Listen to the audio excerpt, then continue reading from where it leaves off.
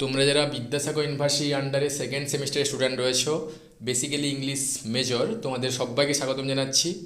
আজকে তোমাদের সঙ্গে তোমাদের সিলেবাসেই রয়েছে প্যারাডাইস লস্ট বুক 1। ওখান থেকে এক্সাম পয়েন্ট অফ দিক থেকে অত্যন্ত গুরুত্বপূর্ণ কোয়েশ্চেন্স, ইনভোকেশনস ইন প্যারাডাইস লস্ট। এই কোয়েশ্চেনটা কিন্তু এবারে তোমাকে এক্সাম পেপারে লিখতেই হবে।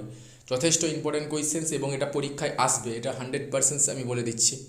আর একটা কোয়েশ্চেন যদি করে রাখতে পারো তাহলে প্যারাডাইস লস্ট থেকে দুটো কোয়েশ্চেন্স করলে তুমি একটা লিখতে পারবে। সবচাইতে যে কোয়েশ্চেনটা ইম্পর্ট্যান্ট এখান থেকে এটাই, ইনভোকেশনস। সো আর সবাইকে আমি একটু রেকমেন্ড করাতে চাইবো, অ্যাকচুয়ালি আমি পার্সোনালি আমার ব্যাচেও আমি করিয়েছিলাম ওদেরকে। তোমার কিন্তু প্যারাডাইস লস্ট বুক 1 আমি জানি বড় রয়েছে 798 লাইন, ওকে। সো তোমাকে কিন্তু পড়তে হবে লাইন বাই লাইন, শুধু পড়লে হবে না। এই প্যারাডাইস লস্ট কী কারণে তিনি লিখেছিলেন, যেটা আমি বলতে চাইছি ব্যাকগ্রাউন্ড হিস্ট্রি। মিল্টন কোন এজের মানুষ ছিলেন, restoration period, Charles the first and Oliver Cromwell, okay. এই ব্যাপারগুলো কিন্তু তোমাকে জানতে হবে। দেন তোমাকে প্যারাডাইস লস্ট কিন্তু রিড আউট করতে হবে, দিলে তুমি এর অ্যাকচুয়াল ফ্লেভারটা পাবে, না হলে কিন্তু তুমি অনেক কিছুই মিস করবে। সো আর একটা কথা বলে রাখি, তোমরা যদি আমার সঙ্গে কিছু তোমার পোয়েম প্রবলেম হয়ে গেছে বা কিছু বুঝতে পারছো না বা প্রিপারেশনস কেমন নেবে, ওই জন্য আমি কিন্তু একটা ফ্রি হোয়াটসঅ্যাপ গ্রুপ আমি ওপেন করেছি, ওখানে অনেকেই রয়েছে। আমি কিন্তু ওদের যখন তখন লিঙ্ক দিয়ে আমার পেইড ব্যাচের সঙ্গে কিন্তু ক্লাসগুলো করিয়ে নিই। তোমরা চাইলে কিন্তু সেই লিঙ্ক ক্লিক করে সেই গ্রুপে অ্যাড হয়ে যেতে পারো। সো এই লিঙ্ক পার্টিকুলারলি আমি কমেন্টের ফার্স্ট সেকশানে দিয়ে থাকবো, আদারওয়াইজ আমি এই ভিডিওর ঠিক ডেসক্রিপশান বক্সে আমি দিয়ে রাখবো। সো বেশি কিছু কথা আমি বলছি না, সোজা এই কোয়েশ্চেনটা আলোচনা করছি, যথেষ্ট ইম্পর্ট্যান্ট রয়েছে। Invocations in Paradise Lost, okay. So বলছে দেখো, in Paradise Lost book 1 John Milton begins with an invocations to the heavenly muse which serve several importance purposes in the epic. Milton কী করেছেন, এই এপিকটাকে শুরু করার আগে তিনি একটা ইনভোকেশনস করেছেন, মানে যেটি সোজা আমি বাংলা বলি দেবী বন্দনা করেছেন।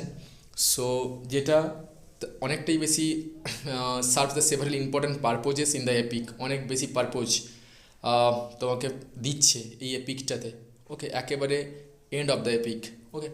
So the invocations is a classical and formal conventions where the poet calls upon a divine or inspirational force to aid the telling of the story.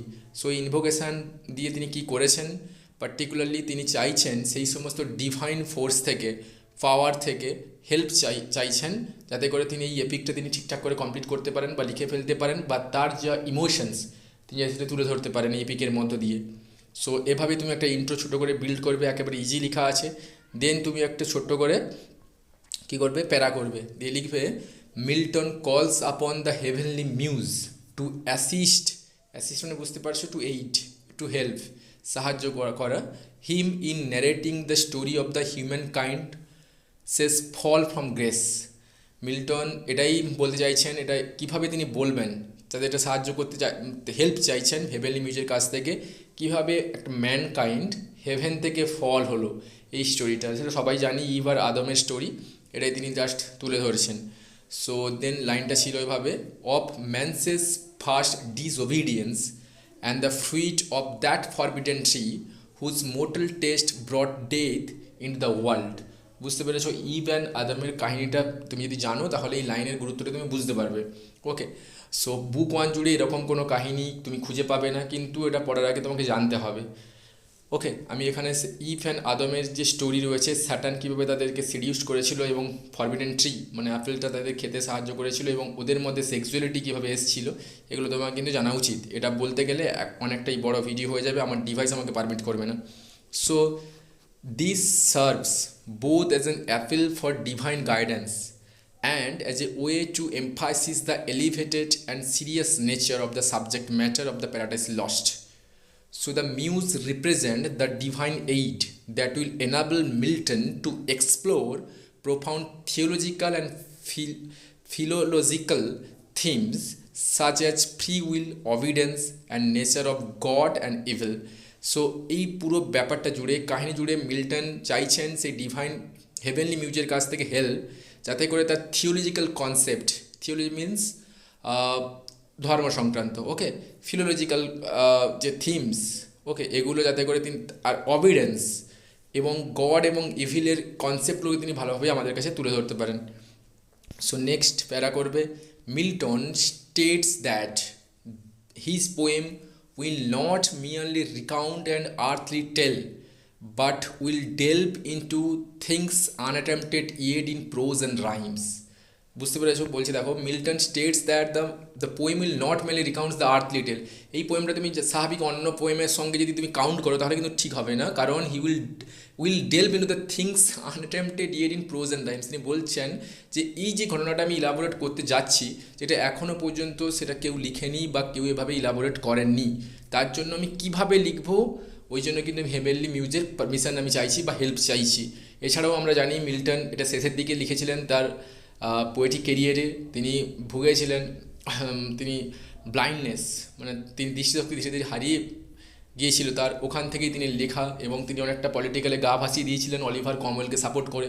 সেখান থেকেও তার পোয়েটিক কেরিয়ার অনেকটাই বেশি ধ্বংস হয়েছে। প্রত্যেকটা ফ্লেভার তুমি এই প্যারাডাইস লাস্টে পেয়ে যাবে যদি ঠিকঠাক করে পড়ো।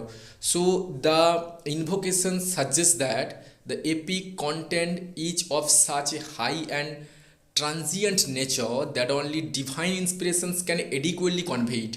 বুঝতে পেরেছো? এই জন্য তিনি চাইছেন, কারণ এই যে ডিভাইন যে ফিগারগুলো, এটাই বুঝতে পারবেন মিল্টন কতটা বেশি সফোকেটিং হয়ে যাচ্ছে এটা লেখার সময়, যদি না তাকে হেল্প করে হেভেনলি মিউজ, যেটা কিন্তু কোনো মতেই রিপ্রেজেন্ট করা সম্ভব নয়। So this reflect the importance of the fall of man and God's plan for redemption as a central and cosmic theme. So next দেখো, নেক্সট প্যারা করবে, ছোটো করে লেখা আছে 10 নম্বরে, তোমাকে লিখতেই হবে। So Milton invokes a divine Christian muse in contrast to the classical muse.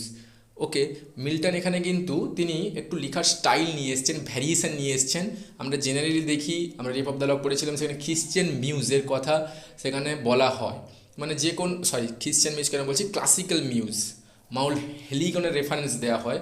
সব পোয়েট কিন্তু এটাই করেছেন, কিন্তু মিল্টন এখানে একটু ভেরিয়েশন এনেছেন, তিনি খ্রিশ্চান মিউজ এর কাছ থেকে হেল্প নিতে চাইছেন, যাতে করে তিনি এই লেখাটা একটু গ্র্যান্ড স্টাইলে আসে, ঠিক আছে? So Milton invokes a divine Christian muse in contrast to the classical muse to highlight the Christian underpinnings of his work. Okay, so he refers to the heavenly muse of Oreb or the Sina. এই মিউজগুলো কোথায় থাকে? হেলিকনে থাকে না, ওটা থাকে ওরেব and Shrinate. পড়লে বুঝতে পারবে, খুব কাছাকাছি লাইনগুলো রয়েছে সামনের দিকে। As a source of sacred inspirations reflecting the epic's religious theme. So this also aligns with the Renaissance idea that art should serve both beauty and truth, with the heavenly muse guiding the poet towards the greater understanding of the divine matters. মানে এটা তিনি কেন করলেন, এই ভেরিয়েশনটা কেন নিয়ে এলেন? আমরা তোমরা যদি দেখো লাভিং ইন ট্রুথ, সেখানেও কিন্তু look in the heart and right, যখন তিনি চাইছেন মিউজের কাছ থেকে সাপোর্ট পেতে কে, তখনই পোয়েট, তখনই কিন্তু আমরা দেখব তিনি মাউন্ট হেলিগনের রেফারেন্স দিয়েছেন প্রত্যেকটা জায়গাতে, কিন্তু মিল্টন এখানে জাস্ট ফিগার আউট করেছেন, ব্যাপারটাকে ঘুরিয়ে দিয়েছেন যাতে করে তিনি একটু আলাদাভাবে রিপ্রেজেন্ট করতে পারেন। এটাও একটা তার style, invocation style. Okay, next, Milton also introduces his personal struggle, particularly his blindness, which serves as a metaphor for both his physical and spiritual journey.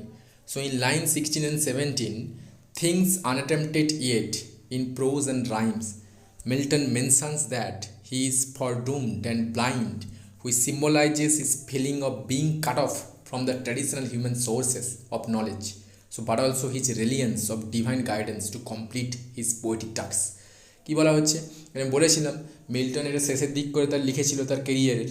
So এখানে তিনি তার দৃষ্টিশক্তি হ্রাস পেয়ে গিয়েছিল, তিনি মানে ব্লাইন্ড পজিশনে তিনি কিন্তু এটা লিখেছিলেন। তার জন্য কিন্তু এটা লিখতে গেলে পোয়েটিক ডিভাইন যে ফিগার রয়েছে ওদের হেল্প ছাড়া কিন্তু তিনি লিখতে পারবেন না। তার জন্য তিনি কিন্তু ইনভোকেশনটা তিনি কিন্তু এখানে বলেছেন এই ব্যাপারগুলো, যে things unattempted yet in prose and rhymes. এত বড় একটা কাজ করতে যাচ্ছি, কারণ আমি ফিজিক্যালি অনেকটাই ঠিক নই, মানে অ্যাকচুয়ালি তিনি দেখতে পাচ্ছেন না, এইখান থেকেই লিখতে গেলে এটাকে, তাহলে আমার কাদের হেল্প চাই?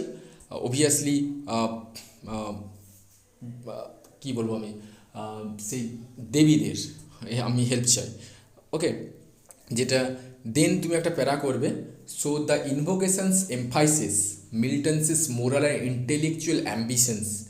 He wants to tell a story that is not only grand in scope but also instructive. So the purpose of his epic is to explain why human fell from grace and how they might be redeemed and how God's justice, mercy are at work in the world. পুরো ব্যাপারটাই তিনি কিন্তু তুলে ধরেছেন পুরো epic জুড়ে। So শেষ করবে in invocations in book 1 of Paradise Lost is a key moment that established the tone and direction of the poem. So Milton's appeal to the heavenly muse reflect both the grand ambitions of the poem and the religious and the moral concerns that underpin it. So by invoking the divine inspirations, Milton aligns himself with the classical epic traditions while emphasizing the Christian nature of his work, making the Paradise Lost both a continuations and transformations of epic genre. এবং তিনি এভাবে একটা grand স্টাইলে different স্টাইলে তিনি কিন্তু আমাদের paradise লস্টটা আমাদের কাছে তুলে ধরেছেন। সো এইভাবে তোমাকে কিন্তু প্রেজেন্টটা করাতে হবে এক্সামে। আমি খুব ছোটো করে লিখেছি এবং ইজি উপায়, এটা অনেক ডিফিকাল্ট ওয়েতে লিখে যেতেই পারতো। সো এটা করলে কিন্তু তোমাকে বারে বারে একটা কথা বলি তোমাদেরকে, যে তুমি যে পড়েছো সেটা স্যাররা বুঝতে পারবেন, এটাই যে তোমাকে কোটেড কিছু ফিগার বা লাইন তোমাকে তুলে দিয়ে আসতে হবে। সো সেটাই করা হয়েছে এভরিথিং। সো সবাই মন দিয়ে পড়ো, তোমাদের পরীক্ষার সামনে চলে আসছে। So thank you so much.